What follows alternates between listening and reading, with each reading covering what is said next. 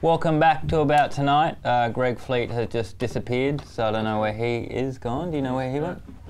No. Anyway, right now our guest is the Deputy Leader of the Melbourne member of the Green Party. Please welcome Adam Bandt. Thanks very much. Can we clap?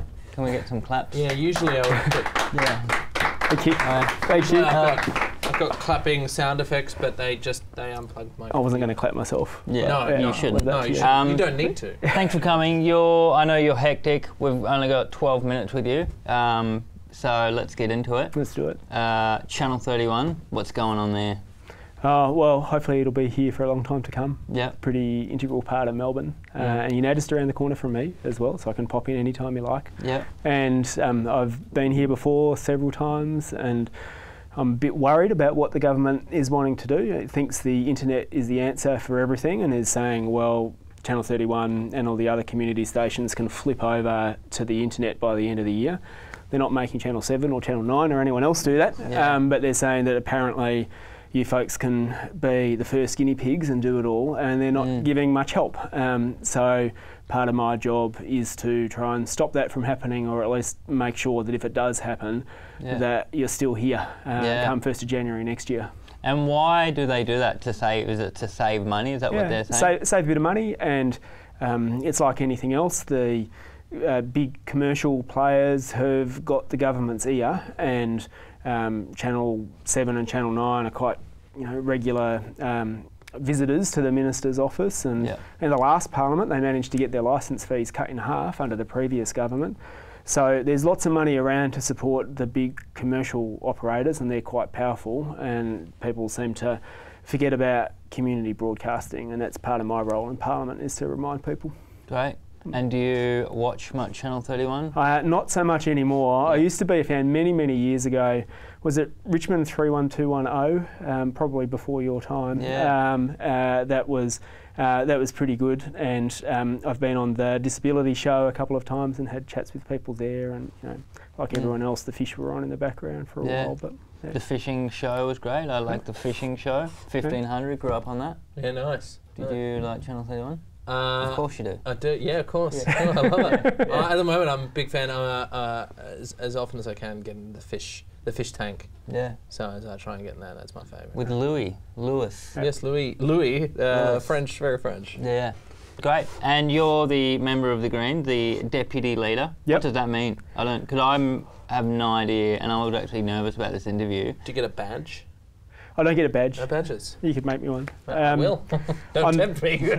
So I represent this area of Melbourne, and so basically what I think are all the good bits of Melbourne. So the inner city and all the suburbs, little suburbs to the north, so sort of Fitzroy, Carlton, all of that area. I stop at the river, and so this is the area that I represent. The good stuff. Yeah, the good stuff. And where do you live, John? St Kilda. Yeah. Right. It's horrible. Anyway, so so I might have lost a vote had you been able to vote for me. But so I represent that area, and so I'm a member of the House of Representatives. So there's 150 of us sit in the same room as Tony Abbott every day, which is quite confronting. But within that, there's me and my Senate colleagues who are in the Greens, and I'm the deputy leader of our party. Great. Yeah. So and what's happening with the? You talk about politics all day. Do you get? And I know, because I was thinking I'll try and ask him questions about like his favourite film, but then my friend would get annoyed and be like, "You had Adam Bandt, and you'd ask him his favourite film." But do you get tired of talking about politics? It's my job. I don't get tired. I mean, I think if you don't love it, you probably shouldn't stick your hand up to do this kind of job. That's fair. Really. Yeah, that makes sense. Are all your phones like this? Is this green phones, or are they? Just green phones. No, maybe I should get one. You should just have like a desk full of these phones. Yeah. Each one is connected to. Who would call me? Just the hotline. Just hotline. Just advice. That's great. Like Adam, I've got my tap keeps dripping. Yeah. Like.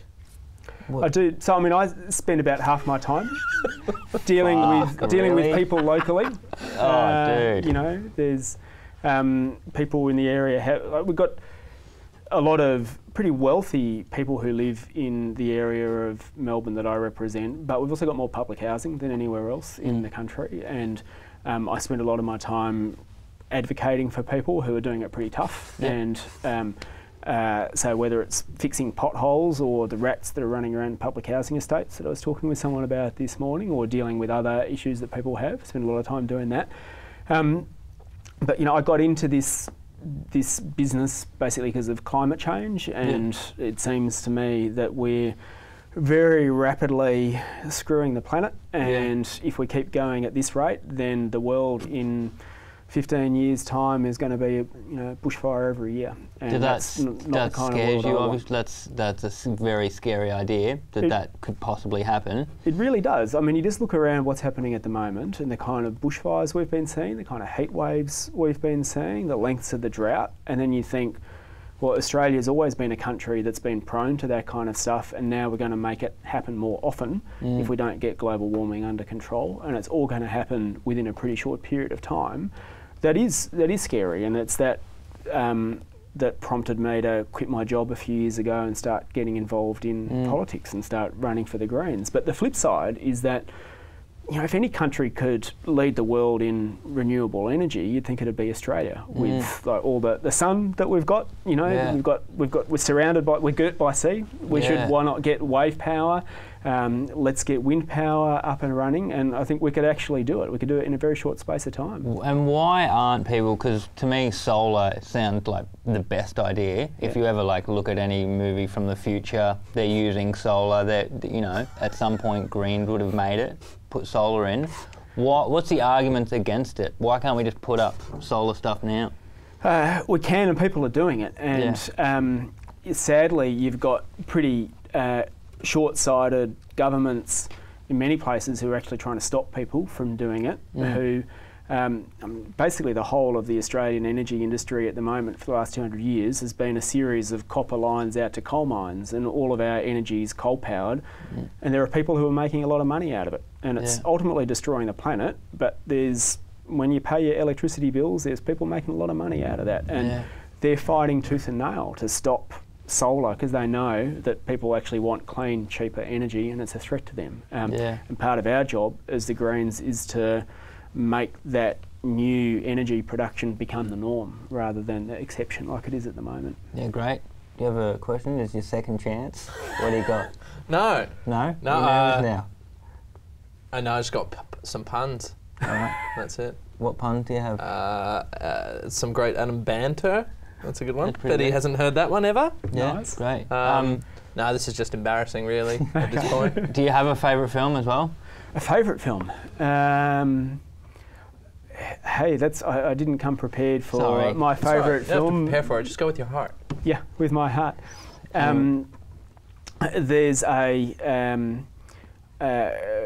watched Napoleon Dynamite again the other day, which I think is a classic. Very good classic. There's a 3-hour philosophy documentary that some friends of mine made years ago, which is really, really good, that everyone should watch, called The Ista. You think of 3-hour philosophy... The Ista. 3-hour philosophy documentary sounds really bad, but actually you'll really get into it. The philosophy on what? Sorry, how long do we have? All right, just keep going. They follow a river. They follow the river Danube through Germany and through the whole of Europe, and basically meditate on the course of that about our relationship with nature and our relationship with technology. So I give it 2 thumbs up. Great. How do you spell that? I-S-T-E-R. Ista. Yeah. Great. I was curious, what are these all these future movies that you've seen where they're all... Well, I was thinking that, but I've said that, I realised that I can't really think, but like Blade Runner, that's like the bad, I feel like that's the bad future. That's Australia in its current area. But like maybe I saw some Black Mirror where they use solar stuff, and that's cool. Black Mirror's great, yeah. You have seen Black Mirror? No, I haven't seen Black Mirror. Don't check it out. You're busy. Okay, great, anything else? What else do you need? Because you're here for a reason and just to hang out as well. Yeah. But is anything else you want to talk about? I think one of the things that keeps me going in politics, and I think we need to have a big discussion about, is whether we're at a sort of bit of a tipping point in Australia where we might actually make the society that this government leaves after it might actually mean that subsequent generations are worse off than previous generations. And I just think that people at the moment are facing enormous pressures of, we've got global warming, got unaffordable housing, insecure work. Like, it's really tough for people to find jobs that mean you can find a place that you want to rent that's, you know, good enough to live in, or let alone buy, and short-term contracts are putting enormous pressure on people. And meanwhile, the government says, if you're under 30, we're not going to give you the dole anymore. You can spend 6 months of every year with nothing, and then, so no income at all, and then you can get the dole for 6 months. And then we're going to turn university education into this massive debt sentence where you'll graduate with something the size of a second mortgage. And I think the pressures that are being brought to bear on people sort of broadly under about age of 35 are really, really tough. And I think that it may well be that this government goes down in history as the one that leaves society as well as the planet worse off for the people who come after it. And I don't think that's what government's for. And I think that slowly but surely people are starting to get pretty angry about it and demand something better. And I think it's part of our job as politicians, and it's part of people's job generally, is to speak up and say, no, look, I think it's actually time that we had a discussion about how we create a fairer society, how we create a cleaner economy, instead of just presuming that the way we're going is all right, because I think we need to change things. Nailed it. Thanks for coming. Yeah, pleasure. Thank you. We're going to go to a break, so stay with us. After this, we've got a band, we've got Leather Liquor, so stick around. Thank you.